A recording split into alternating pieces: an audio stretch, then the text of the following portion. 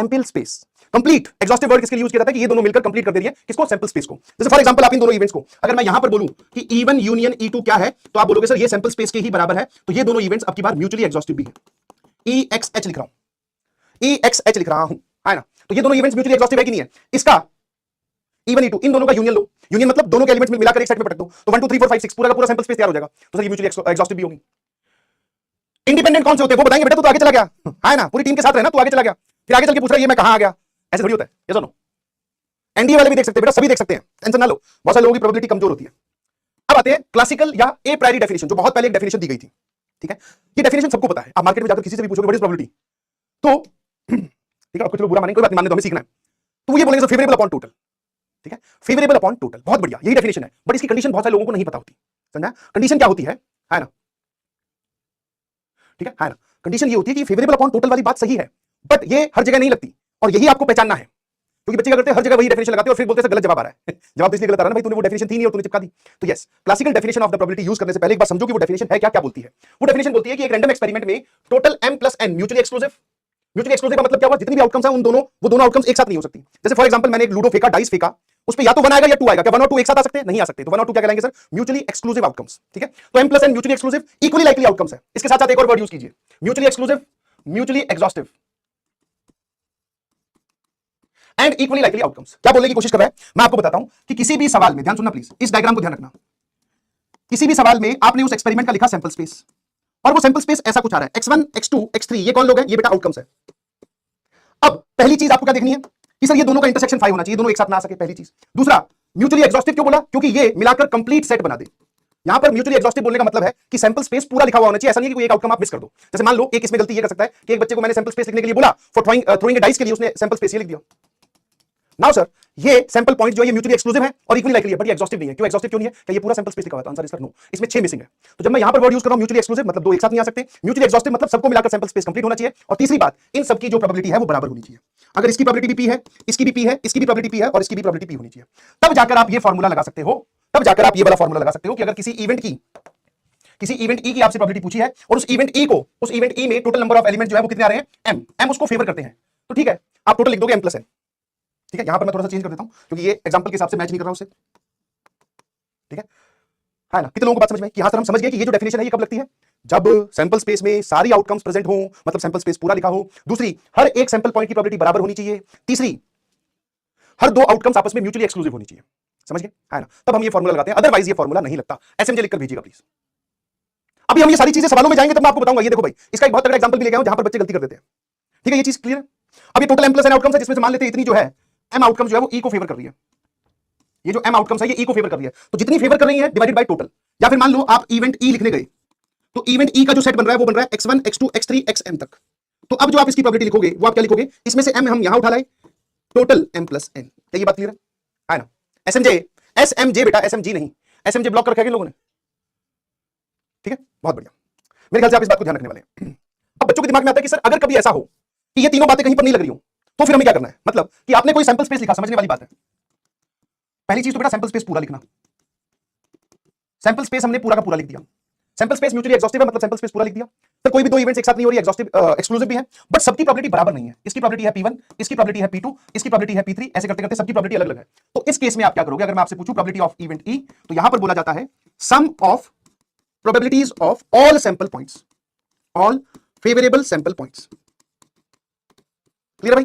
तब आप ये वाला फॉर्मूला लगा ही नहीं सकते सर, रीजन इज क्योंकि सबकी प्रोबेबिलिटी जो है वो बराबर नहीं है, और बराबर नहीं है तो फिर आपको ये वाला काम करना है। अब सर ये काम हमें थोड़ा कम समझ में आया, एग्जांपल के थ्रू बताइए। मैंने कहा आ जाओ, ध्यान से देखिएगा प्लीज। पहला एग्जांपल आपकी कंप्यूटर स्क्रीन पर ये रहा, फटाफट देखते हैं। एक एक्सपेरिमेंट बता रखा है, उस एक्सपेरिमेंट का सबसे पहले आप रफ कॉपी में सैंपल स्पेस ड्रॉ कीजिए, उसके आगे की बातें बाद में करेंगे। हाँ बेटा, क्लास 11th वाले भी देख सकते, क्या दिक्कत है, इतनी तो बताई रखिए। आ जाइए, देखना ध्यान से क्या बोला गया। A coin is tossed, if it shows head then toss it again, otherwise throw a dice. एक कॉइन है आपके पास, ध्यान समझ लो पूरा, बहुत जोरदार है। आपके पास में एक कॉइन है, आपने उसको उछाला, अगर उस पे हेड आए तो उसको दोबारा उछालो, और अगर उस पे टेल आए तो फिर एक डाइस रोल करो, ठीक है जी। अब मैं इस एक्सपेरिमेंट का सैंपल स्पेस लिखने के लिए आपको बोलूंगा, एस बोल दो या फिर शॉर्ट में आप इसको एस भी बोल सकते हैं। तो पहले मैंने क्या किया, कॉइन उछाला, मान लेते सारे पॉसिबल आउटकम्स मन में सोचकर सारी आउटकम्स आपको लिखनी है। सर मान लेते हैं उस पे हेड आया, तो जब हेड आया उसके बाद में हमें रुकना तो नहीं, अभी काम और चलेगा, मतलब आउटकम और भी आएंगी। समझ पा रहे हो नहीं समझ पा रहे हो, ये पूरा आउटकम का हिस्सा है। हेड आया तो टॉस इट अगेन, हो सकता है दोबारा उछाले तो सर फिर से हेड आ जाए, पहली बार हेड आया दूसरी बार उछाला तो टेल आ गया, ये हो सकता है। हाँ, उसके आगे मत चले जाना कि सर वापस से हेड आया फिर उछालना है, नहीं, उसने जो बोला है उसको समझो ध्यान से, समझेगी समझे। उसने बोला कि हेड आया उछालो, अगर हेड आया है तो एक बार और उछालो, तो हेड आया, एक बार और चला हेड आया, पहले हेड आया फिर एक बार और चलो टेल आया। अब जरा इसको आगे बढ़ाते हैं। फिर उसने क्या बोला कि अगर टेल आए तो क्या करूं? अगर पहली बार में ही टेल आए तो क्या करना है? डाइस थ्रो करना है। डाइस मतलब लूडो जिसे तुम खेलते हो। तो पहली बार सिक्का उछाला, उस पर टेल आया, फिर हमने डाइस रोल किया तो उस पर बनाया। फिर टी1 के साथ, सॉरी टी के साथ 2, टी के साथ 3, टी के साथ 4। क्या आप बात समझ पा रहे हैं? टी के साथ 5, टी के साथ 6। ये हमारा पूरा सैंपल स्पेस लिखा हुआ है। टोटल आउटकम्स कितनी है अगर मैं आपसे पूछूं, मतलब मैं आपसे ये वाली चीज पूछ रहा हूं, टोटल आउटकम्स, ध्यान सुनिएगा प्लीज। टोटल आउटकम्स अगर मैं आपसे पूछूं, that means number of elements in sample space, आप बोलोगे 8। 1 2 3 4 5 6 7 और 8। अब ये सब पूरा का पूरा हमारा सैंपल स्पेस एग्जॉस्टिव है, मतलब कंप्लीट हमने लिख दिया। क्या ये इक्वली लाइकली है क्या? हाँ, यहां बात फंसेगी, देखना जरा, आ जाइए। उसने बोला इवेंट इवन एक डिफाइन कर रहा है, इसी सैंपल स्पेस के लिए एक इवेंट इवन डिफाइन कर रहा है। इवेंट इवन क्या है? Getting 2 heads. जहां पर आपको 2 हेड दिख रहे हैं वो वाली कोई इवेंट दिख रही है? हाँ सर, एक ही है।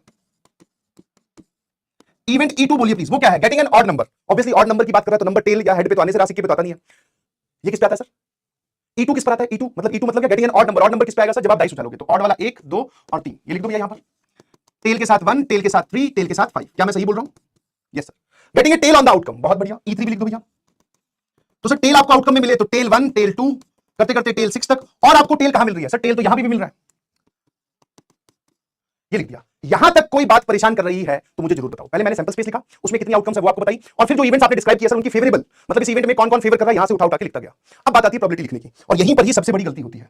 इसको देखते ही बच्चे बोलते हैं probability of E1 is 1/8, probability of E2 यहां पर कितने आ रहे हैं सर? 3/8, और प्रोबेबिलिटी ऑफ E3 यहां पर कितने आ रहे हैं सर? 6 ये और एक 7, 7/8।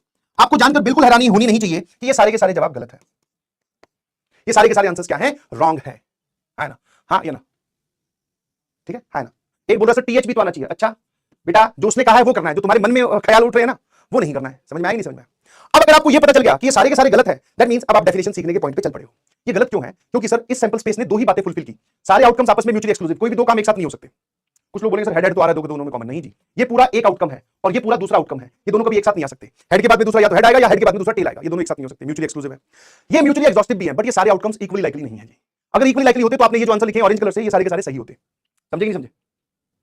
तो सर इसके लिए क्या करें? तो यही तो आपको सिखाया यहां पर अभी, कि जब आपको ऐसा लगे कि सबकी प्रोबेबिलिटी अलग अलग है तो आप इवेंट ई के सैंपल स्पेस में या इवेंट ई के सेट में जाओ। इसका जो सेट बना है उसमें जितने भी सैंपल पॉइंट्स है या जितनी भी सैंपल आउटकम्स है, सैंपल पॉइंट्स बोल दो या और जितनी भी आपकी आउटकम्स है उन सबकी प्रोबेबिलिटी जोड़ो। अब आ जाइए इधर। मैंने पूछा मुझे एक बात बताओ, ये यहां जो लिखा हुआ है इसकी प्रोबेबिलिटी कितनी है? और मैं आप जो यूज कर रहा हूं दिस इज मल्टीप्लिकेशन प्रिंसिपल, जो आपको पीएनसी में सिखाया जाता है। आपने पहली बार सिक्का उछाला, उस पर हेड आया, प्रोबेबिलिटी क्या होती है? So that is 1/2। क्या मैं सही बोल रहा हूं? हाँ जी। फिर सर अभी रुकना नहीं है इसलिए मैंने यहां पे डॉट लगाया। डॉट मतलब अब मैं मल्टीप्लाई करने वाला हूं। बेसिकली जो मैं यूज कर रहा हूं that is multiplication theorem of probability. पहली बार हेड आया उस पर प्रोबेबिलिटी हाफ, दूसरी बार भी हेड आया उस बात की प्रोबेबिलिटी क्या है सर? वो भी हाफ। तो इस पूरे के आउटकम की प्रोबेबिलिटी कितनी हुई सर? 1/4। इस पूरे आउटकम की प्रोबेबिलिटी कितनी हुई? 1/4।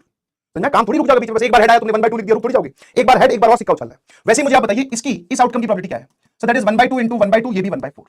सेम लॉजिक से सोच के जरा इस तरफ आना। पहली बार सिक्का उछाला, उस पर हेड आया, सॉरी टेल आया, उस पर प्रोबेबिलिटी कितनी है? हाफ। अभी रुकना नहीं है, अब आपको एक डाइस और उछालना है। इशारा थोड़ा गलत है, डाइस ऐसे उछालते हैं, है ना? डाइस उछालना है, उसमें 1 आए तो प्रोबेबिलिटी इज 1/6। ओ भाई, इस आउटकम की प्रोबेबिलिटी 1/4 है, इसकी भी 1/4 है, इसकी 1/12 है। समझ पा रहे हो नहीं समझ पा रहे हो? इसीलिए मैंने बोला था ये सारी आउटकम्स इक्वली लाइकली नहीं है, इसीलिए ये जो आपने आंसर लिखा ये गलत है। कितने लोगों को एकदम दिव्य दर्शन हुए कि हां सर दिस इज प्रोबेबिलिटी, हमेशा फेवरेबल अपॉन टोटल नको होता रे बाबा। Yes, maximum number of questions में होता है, I agree with that, but हमेशा नहीं होता है। और ये बात अगर आप पहचान गए, जान गए, दैट मींस प्रोबेबिलिटी का जो बेसिक एक क्राइटेरिया होता है, फंडा होता है, वो आप गलत नहीं बोलोगे। आ जाइए सेम वापस सोचते जाओ। अब समझ में आ गया सर, पहली बार टेल 1/2, फिर 2 1/6, दिस इज 1/12। इन सभी आउटकम्स की प्रोबेबिलिटी 1/12 है, 1/12 है, 1/12 है। ठीक है, तो मैं ये फॉर्मूला तो नहीं लगा सकता। फिर सर क्या करना है? आपने हमें सिखाया। मैं अगर आपको अब पूछूं कि what is probability of E1, तो इसमें एक ही सैंपल पॉइंट है, एक ही आउटकम है, इसकी जो प्रोबेबिलिटी यहां पे आपने लिखी है वो लिख दो। इसका आंसर होगा बेटा 1/4। मेरा जो पहला मैच था I will score 257, coach bus कि तुम 400 भी बनाओगे। तो जिस मैंने 400 बनाई थी उनका, मेरे सबसे पहले उनका फोन आया था दूसरी तरीके सही से कि मैंने बोला था ना कि तू 400 बनाएगा। Hello, I am Aniket Verma, I am right hand batsman. मेरी हॉबी है, मुझे सिक्सेस मारना पसंद है और आप देख रहे हैं फायरी स्टोरीज। तो जब ऑप्शन चल रहा था तो मैं नागपुर में था, बापू नाग खेलने गए थे, तो हमारी 23 की टीम गई थी वहाँ पे। तो ऑप्शन चालू हुआ तो मेरा नंबर 325 पे था।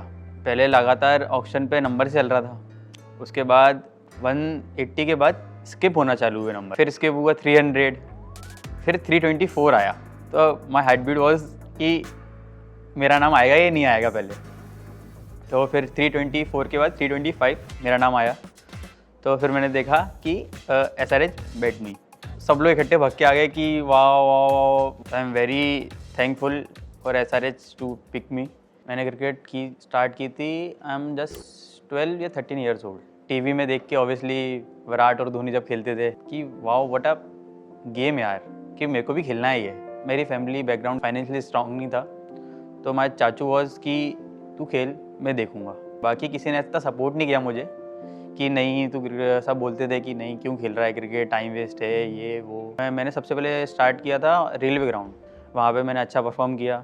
फिर उसके बाद I will join Ankur cricket academy, वहाँ ज्योति प्रकाश त्यागी सर थे, उन्होंने काफ़ी कुछ सिखाया मुझे। फिर उसके बाद वहाँ पे ना ग्राउंड नहीं था, मैचेस की दिक्कत आती थी कि मैचेस खेलने को नहीं मिलते ज़्यादा। तो फिर फेथ क्रिकेट क्लब ओपन हुआ, तो मैंने वो अकेडमी ज्वाइन करी। फिर वहाँ पे मुझे मैचेस मिले, सपोर्ट मिला, प्लेयर्स मिले। फिर वहाँ से जर्नी चलती चलती यहाँ तक कहानी आ गई। मेरा जो पहला मैच था, I will score 257। My coach was like कि you are the man and you can do it. Coach was कि तुम 400 भी बनाओगे। तो जिस दिन मैंने 400 बनाई थी, उनका मेरे सबसे पहले उनका ही फ़ोन आया था, ज्योति प्रकाश त्यागी सर थे, उनका ही सबसे पहले फ़ोन आया था मेरे पास कि मैंने बोला था ना कि तू 400 बनाएगा। सबसे पहले तो बहुत प्राउड फील हुआ खुद को, मुझे और मेरी फैमिली को भी। उनको बहुत प्राउड फील हुआ कि आई एम प्लेइंग आईपीएल। पहले जो सीनियर्स हैं पूरी टीम के, उन लोगों ने काफ़ी अच्छा ट्रीट किया है मुझे कि हर चीज़ में सपोर्ट करते हैं। फैमिली में मेरे सिर्फ चाचू आए थे, चाचू ने बहुत प्राउड फील किया कि अनिकेत अभी वही से स्टार्ट हुआ है, बहुत आगे जाना है अपन को और लगे रहना, बस छोड़ना नहीं है। फील तो बहुत ही अच्छा था कि he is my brother, big brother, और उन्होंने मुझे ट्रीट भी किया है अच्छे से। और उनका 100 के लिए मतलब ऐसा था कि भैया आपको 100 करनी है। मैं जाती उनको एक चीज़ बोली थी, भैया आज आपकी 100 है, आप 100 बनाओगे? तो बोले कि हाँ बिल्कुल पूरी कोशिश करेंगे अपन। तो जैसे ही उनका 100 हुआ तो मतलब इस फील है कि मैंने भी 100 किया है ये। Hopefully I will do it later. सबसे पहला तो कि जो एक लाइन बची है उसको पहले क्रॉस करेंगे अपन इस साल। और रही बात फैंस की, तो हाँ मतलब बहुत सपोर्टिंग कि कोई डेब्यू है या कुछ भी है, वो सपोर्ट उस तरीके से कर रहे हैं जिस तरीके से सब बाकी प्लेयर्स को कर रहे हैं। नहीं भाई हमारी टीम है, ये जीतेगी, सबको सपोर्ट करना है। तो thank you Hyderabad for supporting me.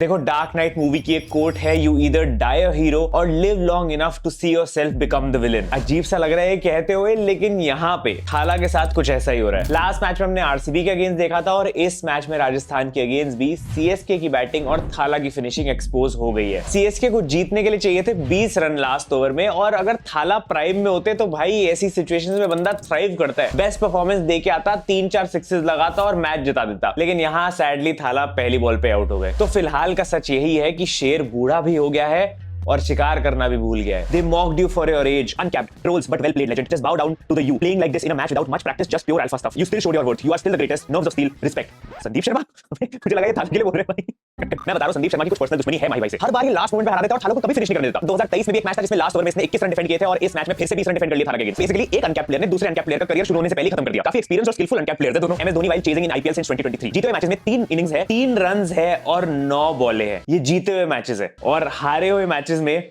6 innings में 166 रन्स है, 84 बॉल्स में 13 छक्के 13 चौके। भाई I think this says it all, कि जिसकी बात मैंने लास्ट वीडियो में भी करी थी, मैं बोलूंगा तो गाली खाऊंगा, लेकिन तुम समझ रहे हो। इनफैक्ट इस मैच की बात तो कंफर्म ही हो गया, जो हमें पिछले मैच में जिसका शक था कि थाला क्लियर हो गया था, बंदा 9 नंबर पे 2 पॉइंट्स भी मिल गए। और जेल क्लासिको में सीएस दे कैसे ना उड़ उड़ के कैचेस पकड़े, ग्लेन फिलिप्स बन जाए और कैसे ना मैच जितवाए टीम को। मैच शुरू होने से पहले सारा अली खान की गुवाहाटी के स्टेडियम में परफॉर्मेंस थी। जैसे ही उसकी परफॉर्मेंस खत्म हुई तब रियान पराग की परफॉर्मेंस निकल के आई है भाई। 2 मैचेस थे super Sunday, DC versus SRA, CSK versus RR. पहला मैच पूरा वन साइडेड और दूसरे मैच में हल्का बहुत थ्रिल देखने को मिल गया, थोड़ी सी विंटेज। आज का मैच 22 के तक, लेकिन इतना तो तय है कि कर रहे हो भाई। जी ऐसी जिंदगी। Jadeja can't bat versus spin, Dube can't bat versus pace, Rutu can't bat in big chases, Tripathi can't bat, Hooda can't. बात करें पहले मैच की एसआरएच वर्सेस डीसी, तो भाई लाइव अपडेट देना चाहूंगा। अब की बार 300 पार इज पोस्टपोन्ड दोस्तों, क्योंकि अभी टीम की हालत ऐसी चल रही है कि अगर अब की बार 300 पार करने की कोशिश भी कर ली तो भाई अब की बार तीसरी हार हो जाएगी। अब तो हैदराबाद ऐसे टोटल बनाने लग गई है कि 2 मैचेस के मिला के 300 पार ना हो पाए। मुश्किल से 163 का टोटल पहुंचा, उस पे भी ऑल आउट हो गए। इनके पहले मैच का स्कोर कार्ड देखोगे तो भाई जेन्युइनली लग रहा था दानवों की टीम है। मैंने तभी तो बोला था कि भाई किसी का भी स्ट्राइक रेट 200 से कम नहीं है, और लग गई पाहुल पनौती भाई। अब तो भाई 200 का स्कोर टीम का ही नहीं पहुंच पा रहा, स्ट्राइक रेट छोड़ो, और स्ट्राइक रेट 200 किसी का है ही नहीं। 2 भाई 2 तबाही नहीं भाई, 4 दानव चारों फेल। अभिषेक भी फेल, ईशान भी फेल, क्लासन भी फेल। लेकिन जो मजा ट्रेविस हेड को ब्लू जर्सी के अगेंस्ट फेल होते हुए देखने में है ना, वो सुकून और कहीं नहीं है। और फिर उसी बंदे ने आउट करा जिसने फाइनल में भी किया था लास्ट ईयर, मिचेल स्टार्क। भाई व्हाट अ परफॉर्मेंस। अभी तक तो गलती से एक आध इंटरनेशनल वाली बॉल डाल देता था विकेट लेने के लिए, इस बार तो इंटरनेशनल वाला पूरा स्पेल डाल दिया भाई बंदे ने। 17 साल बाद दिल्ली कैपिटल्स के किसी प्लेयर ने 5 विकेट हॉल ली है। Mitchell Starks left pocket, purse, kitchen, phone पर, राइट पॉकेट में ट्रेविस हेड रख के घूमता है भाई, अपनी टीम का बंदा रख के घूमता है। 6 बार ये ट्रेविस हेड की विकेट ले चुका है, और अभी तो ऐसा कुछ स्टैट था कि पिछली 7 डिलीवरीज में 2 बार डिसमिस कर चुका है। और बुरा इस बात का लगता है कि इस बंदे के लिए तो ये भी नहीं बोल सकते काश ये 19 नवंबर को होता। Mitchell Starc stone face, Mitchell Starc in टी20 double stone face, Mitchell Starc in Australia, Mitchell Starc in Test, Mitchell Starc in DC, Mitchell Starc in RCB clown face, Mitchell Starc with pink ball, Mitchell Starc in knockouts, Mitchell Starc in final. भाई RCB के लिए इतना भी बुरा नहीं था भाई, सही खेला था, ऐसा नहीं है, ठीक है। वो आई थिंक उसने एक इंजरी का सीजन मिस करा था, वरना मिचेल स्टार्क ने आईपीएल में कभी भी इतनी कोई खराब परफॉर्मेंस नहीं दी है। केकेआर के लास्ट सीजन लीग स्टेज में बहुत एक्सपेंसिव था, लेकिन उसके अलावा उसने फाइनल में लिटरली फाइनल उसी ने जिताया। 3 दानव में न्यू एडमिशन अनिकेत वर्मा, उफ क्या खेला भाई ये। सिर्फ इनको बचाया तो अनिकेत वर्मा ने आगे थोड़ी सी इज्जत रख ली काव्या की,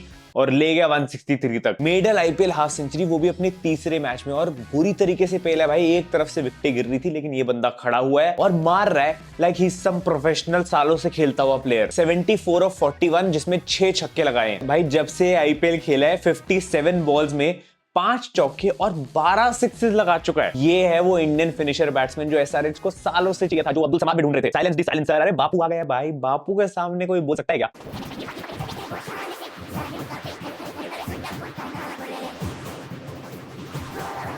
KL Rahul needed Akshar Patel as captain to unleash his 2018 version. Oh my God, KL Rahul भाई रन्स पे मत जाओ। ये जो केएल राहुल का वर्जन हमने देखा है इस मैच में, दिस वाज अनरियल। मतलब बताओ 90 मीटर का छक्का कब मारते हुए देखा है तुमने केएल राहुल को ऐसी सिचुएशंस में? बंदे को टी20 की टीम में जगह बनानी है और वो मिडिल ऑर्डर में आ रहा है और वो पेल रहा है। 5 बॉल खेली और 6 रन नहीं बनाए, 15 रन बनाए भाई 300 के स्ट्राइक रेट से। ये हमने लास्ट कब देखा था केएल राहुल को करते हुए? रोल क्लियर है, और अगर राहुल भाई ऐसे ही खेलेंगे तो भाई I am so excited, I am so in for this new version of KL Rahul. उसके अलावा जीशान अंसारी ने एसआरएच के लिए बहुत अच्छी परफॉर्मेंस दी। अनदर डे अनदर डेब्यूटेंट मिल गया, एक और एक्साइटिंग टैलेंट मिल गया। 3 विकेटें गिरी डीसी की मुश्किल से, और तीनों विकेटें इसी भाई ने खाई है इफ्तारी में। लेकिन अब थोड़ा सा मजा आ गया है। इवन तो काव्या के लिए बुरा लगता है, लेकिन एसआरएच भाई इस टीम को अब लोग क्रैक कर चुके हैं। अब तुम इनको फर्स्ट इनिंग में बैटिंग करने दो, कोई दिक्कत नहीं है, उसके बावजूद भी इनको रोक सकते हो। Only RCB, DC and PBKS are yet to lose a game in this IPL season. भाई ये क्या हो रहा है 2025 में? ये कुछ अलग ही सीजन है, मैं बता रहा हूं। कुछ अलग स्क्रिप्टिंग हो रखी है। आरसीबी और डीसी टॉप 2 में बैठे हुए इस समय। 2 मैच 2 है ना। अब अगर मान लो मैं प्रोबेबिलिटी ऑफ E2 आपसे पूछता हूं, अब फेवरेबल अपॉन टोटल वाली बात दिमाग से निकाल दीजिए। What is probability of E2? E2 का मतलब है सर इन तीनों की प्रोबेबिलिटी ऐड कर दो। सर ये हो जाएगी 1/12 प्लस 1/12 प्लस 1/12। यही काम मैंने आपको यहां करने के लिए बोला है कि अगर सारी आउटकम्स इक्वली लाइकली ना हो तो जिस इवेंट की आप प्रोबेबिलिटी निकाल रहे हो उसके सारे आउटकम्स की इस प्रोबेबिलिटी को जोड़ दीजिए। यहां पर आंसर कितना आएगा सर? दैट इज 3/12, जिसको आप प्यार से 1/4 और 0.25 भी बोलते हैं। क्लियर? लास्ट वाला बता दीजिए please. What is probability of E3? Sir ये 6 तो ऐसी हैं जिनकी प्रोबेबिलिटी 1/12 है, और ये वाली जो है इसकी प्रोबेबिलिटी सर 1/2 है, सॉरी 1/4 है, ये ना, है ना। ये 6 तो हैं जिनकी प्रोबेबिलिटी 1/12 है, तो ये कितना हो गया सर? दिस इज 1/2 प्लस 1/4, जिसको प्यार से आप 3/4 भी बोलते हो। क्या आपको एक्चुअल आंसर दिखाई दिया कि नहीं दिखाई दिया? ईमानदारी से बताइएगा प्लीज। बेटा तू चाहे पूरी क्लास में स्पैमिंग करता रहना 7 घंटे तक कि लक्ष्य बैच की फैकल्टी बता दो, और तू मेरे मुंह से अगर कुछ सुन ले तो फिर भाई साहब तू जीत गया, मैं हार गया। ठीक है, ये जारी रख। जो भी लोग जब से लगे हुए हैं, जो भी लोग जब से लगे हुए हैं कि सर लक्ष्य बैच की फैकल्टी बता दीजिए, बता दी जाएगी भाई, तुम्हारे लिए ही है। अभी मैं प्रोबेबिलिटी का डिस्कशन करने आया हूं। ये करना है तो बताओ, और मैं तो यही करूंगा, और तेरे में अगर जोर है तो लगा ले। मैं भी देख लेता हूं, 7 या 8 घंटे क्लास चलेगी, एक शब्द नहीं निकालूंगा। लगा जोर। मैं लगा 5-10 और इकट्ठे कर ले और फिर कर स्पैमिंग, तब तो मजा आएगा ना भाई। बोले इतनी बार लिख दिया, आपके मुंह से कुछ ना कुछ तो निकाल ही लेंगे। फैकल्टी भी पता है मुझे, सारी पता है। अब बता, एक भी शब्द सुन लेना, बाकी लोग सामने देखें। हाँ वो जब से लगा हुआ, पिछली क्लास भी ली थी तब भी आगे थे बहुत सारे लोग, लक्ष्य बैच की फैकल्टी। एक और मजे की बात बता दो, थोड़ी देर में रिवील होने वाली है, कल परसों में। अब ठीक है, अब शांति धर। क्या ये बात आपको क्लियर होती है? क्या आप ये एग्जांपल ध्यान रखोगे अपने दिमाग में? और क्या आपको डेफिनेशन एकदम क्लियर है कि ये वाली चीज कब लगती है? जब ये सारे सेम हो, ठीक है, प्रोबेबिलिटी सबकी बराबर हो। कुछ छोटी मोटी बातें जिसको हम बोल देते हैं, ठीक है, एक्सियोमेटिक अप्रोच जिसको हम बोलते हैं, ठीक है, ठीक है। आ जाइए, एक्सियोमेटिक अप्रोच क्या है? अच्छा, कुछ बातें। एक्सियोमेटिक अप्रोच मतलब कि हम प्रोबेबिलिटी के क्वेश्चंस को सॉल्व करेंगे with the help of set theory, या फिर हमने कुछ एक्सियोम्स निकाल लिए। एक्सियोम्स का मतलब होता है प्री डिफाइंड रिजल्ट्स, कि ऐसा होता है। हमने बहुत सारे एक्सपेरिमेंट्स किए, हमने वहां से कुछ सीखा और ये सेट ऑफ रिजल्ट्स आपके सामने आए। कुछ बातें मैं कर रहा हूं, ध्यान सुनना। Sum of probability of each sample point और the probability of the sample space is 1। चाहे सैंपल स्पेस आपका इस प्रकार का हो, जिसमें हर एक आउटकम की प्रोबेबिलिटी अलग अलग हो, चाहे इस प्रकार का हो चाहे इस प्रकार का हो, बट मजे की बात यह है कि सारी सैंपल पॉइंट्स की प्रोबेबिलिटी का सम जो है वो हमेशा 1 आएगा। और ये बात आपको बताती है, ये बात एक चेक पॉइंट है जिससे आप देख सकते हो कि आपने सैंपल स्पेस पूरा लिखा ही नहीं। जैसे आप इन सभी प्रोबेबिलिटीज को जोड़ के देखो तो 6 × 1/12 प्लस 2 × 1/4 है ना, 2 × 1/4, इनकी प्रोबेबिलिटी 1/4 है और इनकी 1/6 है। जोड़ के देखो, सबकी प्रोबेबिलिटी का सम 1 आ रहा है। तो यहां पर जो बात लिखी है कि सैंपल स्पेस में जितने भी आउटकम्स हैं उन सभी की प्रोबेबिलिटी को जोड़ोगे तो आंसर 1 आएगा। अब चाहे वो आउटकम्स इक्वली लाइकली हो, चाहे उन सबकी प्रोबेबिलिटी अलग अलग हो, बट हमेशा सम क्या आएगा? 1। इसीलिए हम बोलते हैं कि probability of sample space is 1। Total probability जो है वो क्या होती है? हमेशा 1 होती है, ठीक है।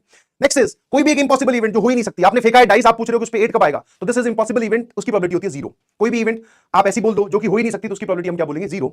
श्योर इवेंट 100% होगी ही होगी, उसकी प्रोबेबिलिटी होती है 1। जैसे फॉर एग्जांपल आपने एक डाइस फेंका, और आपने सर एक इवेंट ऐसी डिफाइन कर दी, आपने इवेंट डिफाइन कर दी कि जो आउटकम आएगा वो 6 या 6 से छोटा होना चाहिए। तो जितने भी आउटकम्स आते हैं सारे 6 या 6 से छोटे होते हैं, तो मैक्सिमम प्रोबेबिलिटी जो है वो 1 हो सकती है, बिकॉज डिनोमिनेटर में से ही आप न्यूमरेटर में कुछ लिख रहे हो, डिनोमिनेटर में से ही न्यूमरेटर में कुछ लिख रहे हो, तो ऑब्वियसली सर डिनोमिनेटर बड़ा होगा, न्यूमरेटर छोटा होगा, तो प्रोबेबिलिटी ऑफ श्योर इवेंट क्या होगी सर? That is 1। इन दोनों के बीच में ही एक जनरल प्रोबेबिलिटी जो है वो घूमती रहती है 1 और 0 के बीच में। क्लियर है? Odds in favour, odd against, ये वाली चीज और सीख लो, ठीक है। ये अलग है, समझ में? प्रोबेबिलिटी की बात नहीं कर रहे। अगर मैं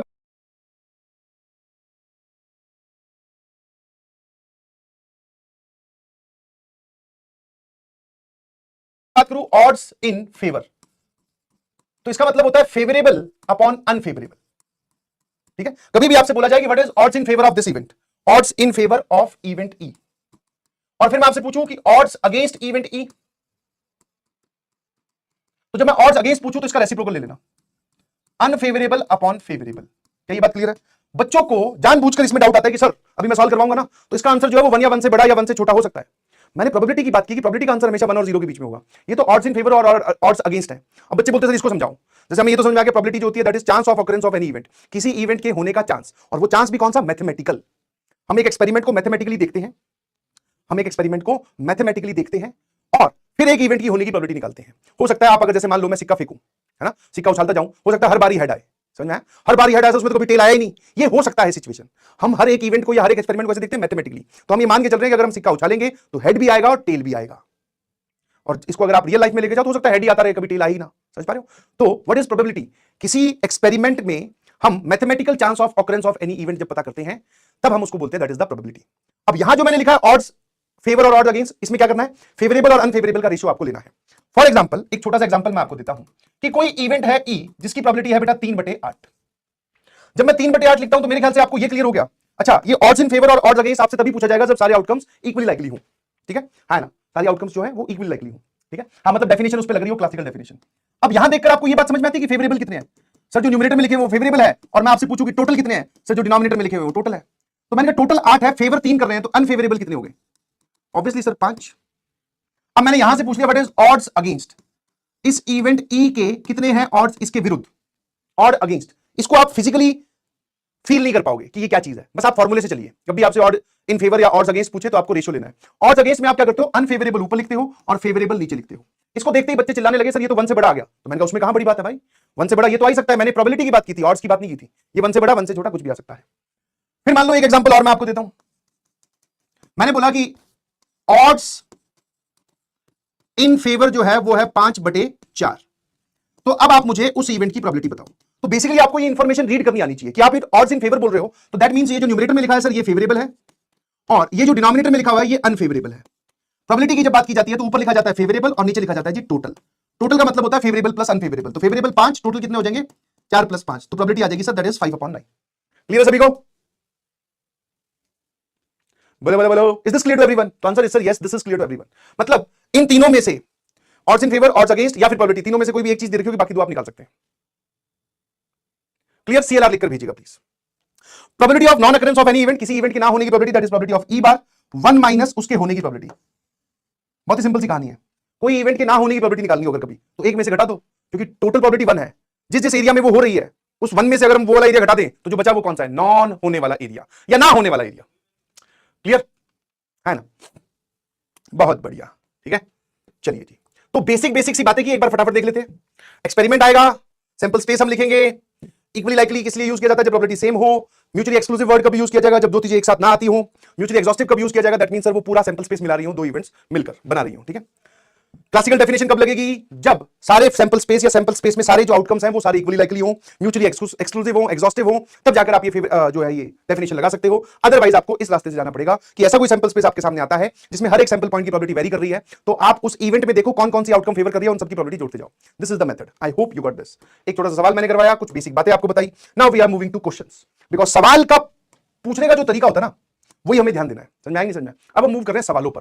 that is questions based on definition या प्रोबेबिलिटी यूजिंग पीएनसी। डेफिनेशंस का भी यूज करेंगे जो भी आपने सीखी, फेवरेबल अपॉन टोटल, और पीएनसी को भी हम देखने वाले हैं। पीएनसी का भी बहुत इंपॉर्टेंट रोल है, ठीक है। देखते हैं सवालों के थ्रू सीखते हैं। रफ कॉपी और पेन तैयार रखिएगा एंड लेट्स स्टार्ट विद, ये रहा जी पहला सवाल आपकी कंप्यूटर स्क्रीन पर। जेईई मेंस 2024 अभी जो है 27 जनवरी शिफ्ट 2 का सवाल है। सर प्लीज ब्रश यूज कर लो। ब्रश बेटा मैं सुबह करके आया था, ये वाला ब्रश। क्या ओ भाई, कैसे तुझे ये अच्छा लगता है? ले बेटा और बता। मेरी शिफ्ट तेरी शिफ्ट मेरी शिफ्ट। फटाफट आंसर दीजिए प्लीज। चलिए पोल कंडक्ट करवाएंगे। Single correct 90 second. 90 सेकंड में तो नहीं दे पाओगे तुम। अब आ जाइए।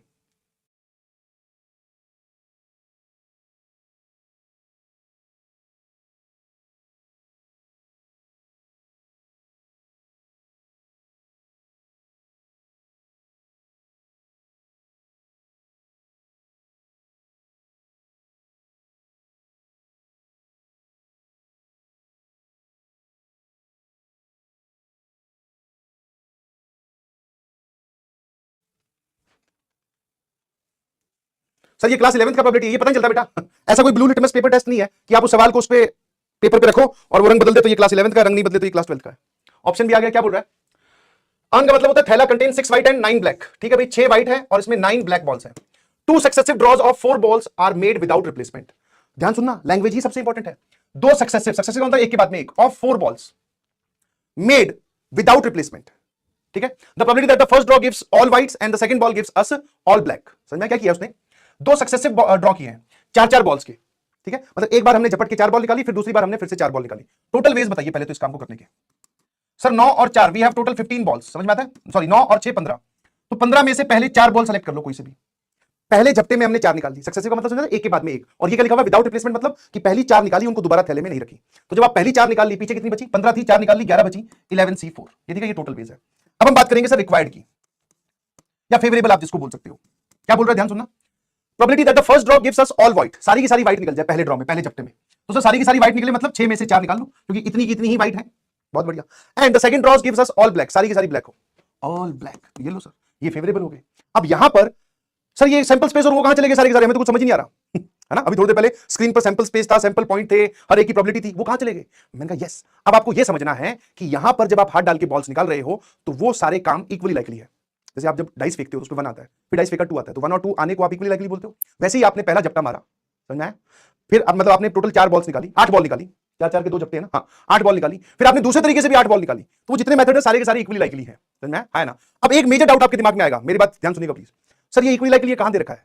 तो मैंने कहा नोट करके बड़े शब्दों में अपनी कॉपी में लिखिए। जब आपको दे ना रखा हो, यहां पे कॉन्ट्राडिक्शन से हमें सोचना है।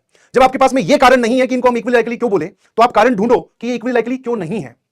कोई ऐसा कारण आपको दिख रहा है कि इसको हम नॉन इक्वली लाइकली बोले? नहीं सर। तो जब हमारे पास में ये कारण नहीं है कि हम इनको नॉन इक्वली लाइकली बोले, तो हम उनको इक्वली लाइकली बोलेंगे। सर ये जो आपने पूरी कहानी सुनाई इसमें से समझ में कुछ नहीं आया। तो मैंने कहा किसी भी सवाल में जाकर अगर उसने ये नहीं दे रखा कि ये काम को करने का और इसी काम को दोबारा करने की जो प्रोबेबिलिटी है वो बराबर होगी, आपको बराबर ही मान के चलनी है। बिकॉज ना बराबर मानने की आपके पास में कोई वजह नहीं है। समझे कि नहीं समझे? है ना। डन। प्रोबेबिलिटी की अगर मैं बात करूं तो सर फेवरेबल है 6C4 into 9C4 whole divided by 15C4 into 11C4। Answer बोलिए प्लीज क्या आ रहा है? सॉल्व कर सकते हो क्या? 3/715 आएगा आई बिलीव, है ना। हाँ सर आपको कैसे पता? सर घर पे सॉल्व करके आए हैं इसलिए पता है। Option C is correct.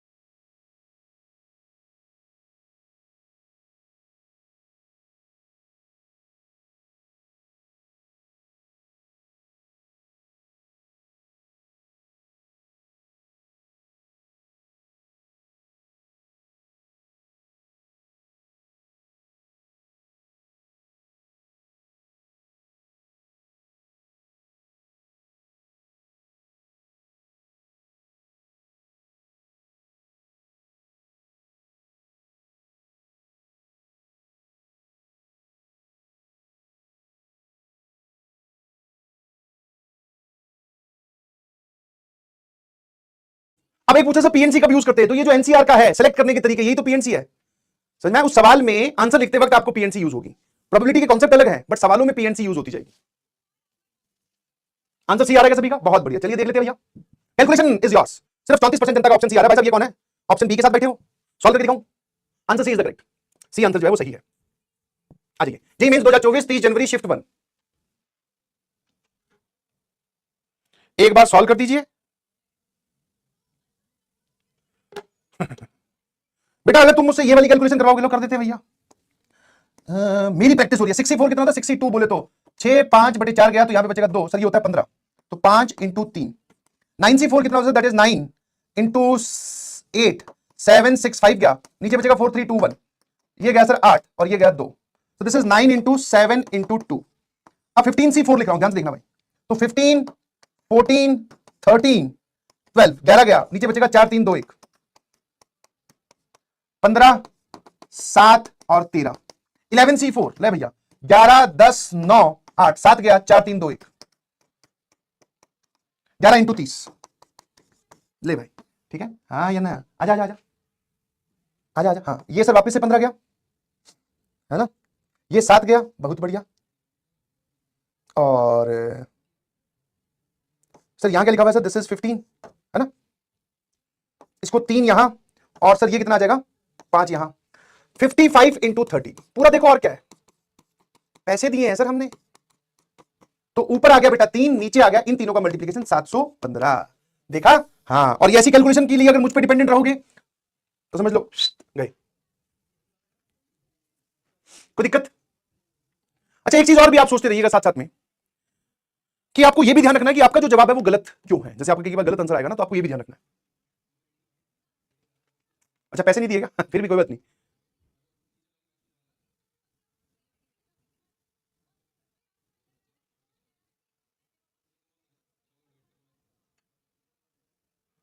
चलिए आ जाइए, क्या बोल रहा है?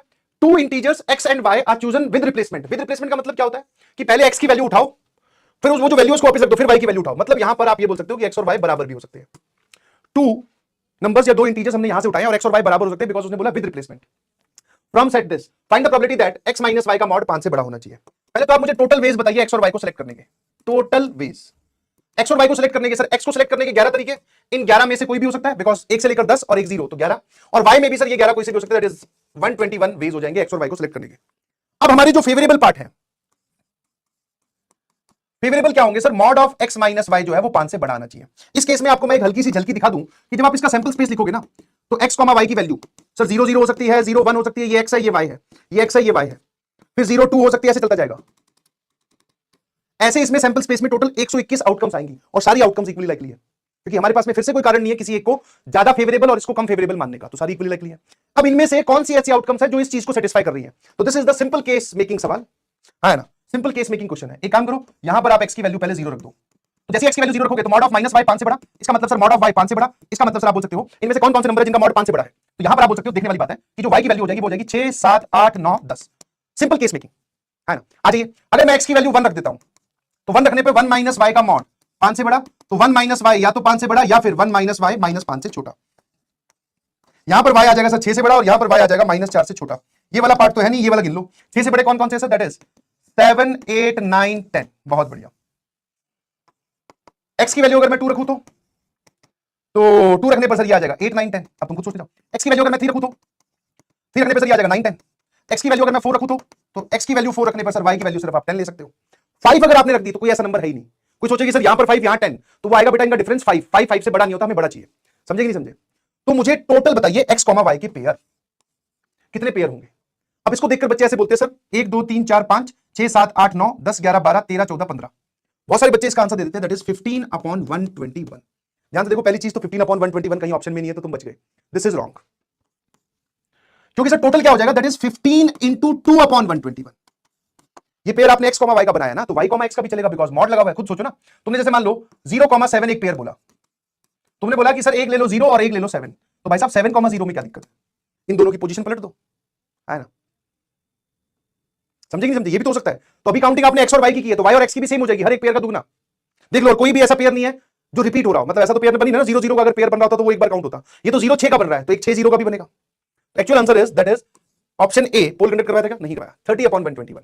क्लियर है? बेसिक सा सवाल, इसको बोलते हैं टोटल डेफिनेशन वाला सवाल। ये सैंपल स्पेस, इसमें से फेवर इतने कर रहे हैं और वो हमने गिन लिए। फेवर कितने आ रहे हैं टोटल हमारे? 30। तो 30/121। कोई रंग बिरंगी चीज नहीं लगी। अगर इस साल भी 11 सवाल गए हैं तो उसमें से 5 या 6 सवाल बेसिक प्रोबेबिलिटी के हैं, डेफिनेशन वाइज के हैं। 2 तो मैंने आपको भी दिखा दिए। आ जाइए अगला सवाल, आईटी जेई 1999 का, 1999 का। ये बोला मैंने तो पहले ही बता दिया था। पहले कब है और किसको बता दिया था तूने? पहले वाले बहुत है यहां पर। आ जाइए 1999, 1999 का सवाल है। बढ़िया सवाल है। अब ये जो बेसिक वाले सवाल है इसमें वैरायटी देखते हैं कि कहां कहां पे वो घुस सकता है। जैसे आपकी बात डिविजिबिलिटी पे चला गया, सोचो, सोचने में कहीं पे दिक्कत आएगी तो मैं आपकी मदद करूंगा।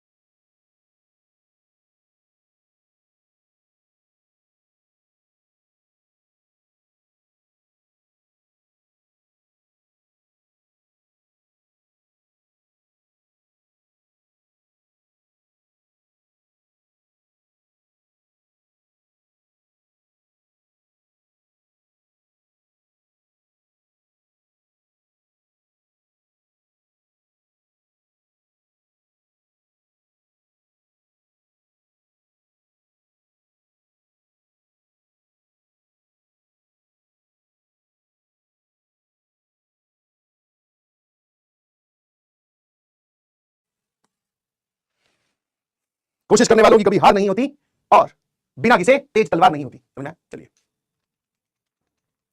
आ जाइए। क्या बोल रहे हैं sir? The integer m and n are chosen random between 1 से लेकर 100। मतलब m और n जो है वो दोनों इस सेट से बिलोंग करते हैं। ठीक है जी। एट रैंडम का मतलब क्या होता है सर?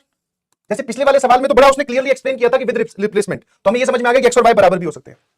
बट यहां पर एट रैंडम की बात कर रहा है, मतलब x और y बराबर नहीं हो सकते m और n। मैं आपसे पूछ रहा हूं कि जैसे मैंने इस सेट में से m और n उठाया तो क्या ये बराबर हो सकते हैं? तो आंसर इज यस। आप m की वैल्यू भी 1 ले लो, n की वैल्यू भी 1 ले लो, क्योंकि 1 से लेकर 100 के बीच में ना। ठीक है, तो पहले मुझे टोटल बताओ कितना हो जाएगा टोटल। m को सेलेक्ट करने के 100 तरीके और n को सेलेक्ट करने के भी 100 तरीके। तो सर ये हमारे पास में टोटल वेज हो जाएंगे m और n को सेलेक्ट करने के। अब फेवरेबल के पॉइंट ऑफ व्यू से क्या बोल रहा है वो? फेवरेबल के पॉइंट ऑफ व्यू से क्या बोल रहा है कि ये वाला जो प्रोग्राम है ये 5 से डिविजिबल होना चाहिए। मतलब हम m और n यहां से उठा के लाएंगे, उनको इसकी पावर में रखेंगे और ये 5 से डिविजिबल आना चाहिए। ठीक है, तो फेवरेबल की बात सोचते हैं। सोचो भाई, है ना? सोचो। अब जब भी ऐसा कोई सवाल आपके सामने आए जहां पर आपकी सोच जो है वो रुक जा रही है, आप आगे नहीं बढ़ पा रहे, तो छोटे छोटे एग्जांपल्स लिखना स्टार्ट कीजिए। जैसे कुछ लोग बोले सर हमें आइडिया नहीं लग रहा कि ये कैसे डिवाइड होगा। कोई बात नहीं, एक रैंडम एग्जांपल की बात करते हैं। जैसे मैंने क्या किया, m की वैल्यू 1 और n की वैल्यू 2 रख दी। एक बार देखना जरा, तो 7 की पावर 1 प्लस 7 की पावर 2, सर ये आ जाएगा 49 और ये कितना आ जाएगा 7। सर ये तो बात बनी नहीं, 56 जो है वो डिविजिबल नहीं होता। मैंने कहा ठीक है भाई। तो आप ध्यान से देखो, खेल चल रहा है सारा का सारा पावर का। जैसे मान लो आप 7 की पावर 2 और 7 की पावर 4, है ना, इनको रख के देखो, बात बन जाएगी। ये कहां से समझ में आया मुझे? क्योंकि मैंने एक आधा एग्जांपल लिखकर देखा। अब जरा देखना, सारा खेल 7 की पावर का है ना? सारा खेल क्या है? आपको सवाल की कोर में घुसना पड़ेगा, इसका एंगल बहुत जोरदार है। मैंने आपसे पूछा, ध्यान सुनना, 7 की पावर 1 कितना होता है? Sir that is 7। 7 की पावर 2 कितना होता है? Sir that is 49। 7 की पावर 3 कितना होता है? सर 49 इंटू 7, 28 और 6, 343 होता है क्या? और 7 की पावर 4 कितना होता है? सामने देखने वाली बात है। तो 343 इंटू 7, 21, 28 और 2, 30, 21 और 3, 24, 2401। आई होप मैंने सही लिखा है। मुद्दा यहां पर यह नहीं है कि 7 की पावर क्या है। अब जरा देखना बढ़िया चीज, जब भी पावर्स इन्वॉल्व हो तो एक बार उनकी सारी लिस्टिंग आप करोगे तो आपको एक बढ़िया चीज दिखाई देगी। 7 की पावर 5, मुझे नहीं पता क्या होगा बट उसकी लास्ट डिजिट 7 होगी। 7 की पावर 6, मुझे पूरा नंबर नहीं पता बट यस उसकी लास्ट डिजिट 9 होगी। आप कैलकुलेट करके देख सकते हैं। 7 की पावर 7, पता नहीं पूरा नंबर क्या होगा बट यस उसकी लास्ट डिजिट 3 होगी। और 7 की पावर 5, 6, 7, 8, पता नहीं पूरा नंबर क्या होगा बट यस उसकी लास्ट डिजिट 1 होगी। है ना? क्या मेरी बात समझ में आती है? है ना? आगे बात चलती जाएगी। हाँ, 1 2 3 4 5 6 7 8 9 10 11 12 13 14 15 16। अब एक बात बताओ, जब आपको नंबर 5 से डिविजिबल बनाना होता है तो उस पूरे नंबर के आखिर में या तो 0 आए या फिर लास्ट में 5 आए। सर 5 तो आप किन्हीं भी लास्ट डिजिट को ऐड करके नहीं बना सकते। जैसे 9 और 7 16 होता है, 9 और 3 12 होता है। लास्ट डिजिट की बात कर रहा हूं मैं। सर 3 और 1 4 होता है। तो ये 5 वाला केस तो यहां बन नहीं रहा, 0 वाला बन रहा है। 0 वाला कब कब? जब ये दोनों एक साथ इस प्रकार की पावर और ये दोनों, सॉरी, ये दोनों एक साथ और ये दोनों एक साथ। क्लियर है ना? क्या मेरी बात समझ में आती है? मैंने क्या बोला, इस पूरे को अगर 5 से डिविजिबल बनाना है तो या तो उसकी लास्ट डिजिट 0 आ जाए या 5 आ जाए। सर लास्ट डिजिट 5 कभी नहीं आ पाएगी बिकॉज हमने काफी पावर्स की लास्ट डिजिट निकाल के देखी। बट हाँ, लास्ट डिजिट 0 आ सकती है और वो भी पॉसिबल ऑप्शंस आपको दिख रहे हैं। मैंने आपको बोला था ना, एक 7 की पावर 2 ले लो और एक 7 की पावर 4 ले लो। इन दोनों का जो सम है उसकी लास्ट डिजिट 0 होगी तो 5 से डिविजिबल हो गया। कितने लोगों को बात समझ में आई? एसएमजे आया ना? तो अब मुद्दा उठता है कि ऐसे कितने होंगे जिनकी लास्ट डिजिट 7 होगी। मतलब मैं ये पूछ रहा हूं कि ऐसे कितने नंबर्स होंगे जिसको पावर में रखें और वो सॉल्व करने पे लास्ट डिजिट 7 आए। ठीक है, ऐसे कितने नंबर्स होंगे जिनको पावर में रखें उसकी लास्ट डिजिट 9 आए। ऐसे कितने नंबर्स होंगे जिनको पावर में रखें लास्ट डिजिट 3 आए। ऐसे कितने नंबर्स होंगे जिनको पावर में रखें लास्ट डिजिट 1 आए। कितने लोग इस बात से एग्री करते हैं कि सर ऐसे हमारे पास में टोटल 25 नंबर होंगे और ऐसे भी 25 इक्वली डिवाइड हो जाएंगे? कैसे पता सर आपको? मैंने टोटल कितने नंबर देखे? 100, 1 यहां, 2 यहां, 3 यहां, 4 यहां, 5 यहां, 6 यहां, 7 यहां, 8 यहां। अब इसको चलते 9 10 11 12 13 14 15 16। तो इस रो में टोटल कितने नंबर आएंगे? 25। फिर सर इसमें कितने आएंगे? वो भी 25। इसमें कितने आएंगे? वो भी 25 और इसमें भी 25। है ना? क्या मेरी बात समझ में आती है? ईमानदारी से बताना प्लीज। हाँ, मतलब इसमें से टोटल यहां पर कितने नंबर रखे जा सकते हैं? 25 ऐसे नंबर्स हैं जो कि पावर में रखोगे और वो जो नंबर बनेगा उसकी लास्ट डिजिट 7 होगी। ठीक है, अब मैं फेवरेबल की बात कर रहा हूं। सोचने के पॉइंट ऑफ व्यू से बढ़िया सवाल है। फेवरेबल कौन कौन से केस है? 7 अगर आप ले रहे हो, ठीक है, मतलब 7 की पावर m प्लस 7 की पावर n। तो अगर इसको आप 7 बना रहे हो, इसका लास्ट डिजिट 7 बना रहे हो, तो इसकी लास्ट डिजिट 3 बनाना। तो मतलब इन 25 में से कोई एक यहां और इन 25 में से कोई एक यहां। ठीक है, और एक दूसरा केस भी हो सकता है इंटू 2। क्या बोलती है पब्लिक? इंटू 2 कैसे? भाई साहब मान लो आपने 7 की पावर 1 यहां रखी और आपने 7 की पावर 3 यहां रखी, तो इन दोनों का जो सम बनेगा वो लास्ट डिजिट उसकी 0 होगी, तो ये 5 से डिविजिबल हो गया। उल्टा भी तो हो सकता है, ये 3 वाला यहां और 1 वाला यहां, है ना? तो इंटू 2। अब वापस ऐसे सोचो, ऐसे कितने केस होंगे जिसमें लास्ट डिजिट 9 और 1 बनेगी? तो सर उसके लिए 25 25 और इंटू 2। इंटू 2 का लॉजिक समझ में आ रहा है? एक बार आपने बोला कि सर 9 इसकी लास्ट डिजिट बननी चाहिए, इसकी 1 बननी चाहिए लास्ट डिजिट। एक केस उल्टा भी तो होगा, इसकी 1 लास्ट डिजिट बने और इसकी 9 बने, तब भी बात बन जाएगी, है ना? और जो लोग पूछ रहे हैं हाउ 25, तो बेटा 100 नंबर दे रखे, पावर में रखने हैं 1 2 3 4 5 6 7 8 9 10 11 12 13 14 15 16। ऐसे करते करते बेटा इस तरफ 25 आएंगे, क्योंकि 4 के बाद में रिपीट कर रहे हैं। कितने लोगों को बात समझ में आई? एसएमजे लिखकर भेजिएगा please. I hope and believe आप इसकी प्रोबेबिलिटी लिख सकते हो। रिक्वायर्ड प्रोबेबिलिटी आरपी बताइएगा प्लीज, ये कितना लिखा हुआ है? तो इसको आप लिख सकते हो 25।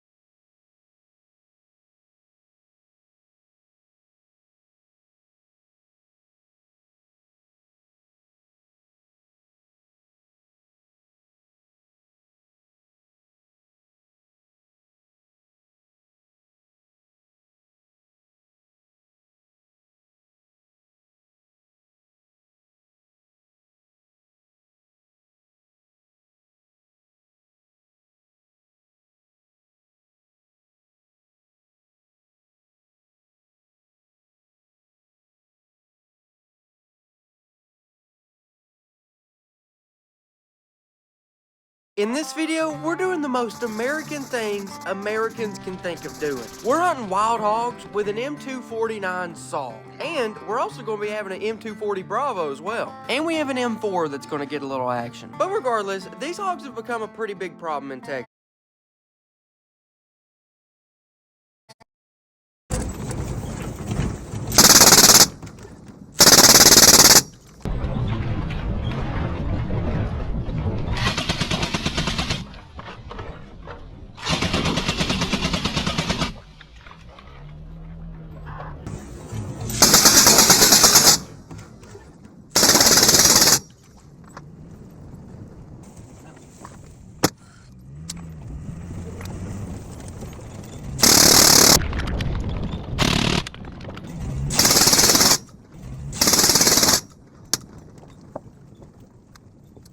The first rundown is complete, and we ended up wiping out every hog in the pack. Not a single one got away, and that was exactly what we were trying to do. Sean, what was your thoughts? Yes, same. We were like the Anakin Skywalker of hog killing. That was fun.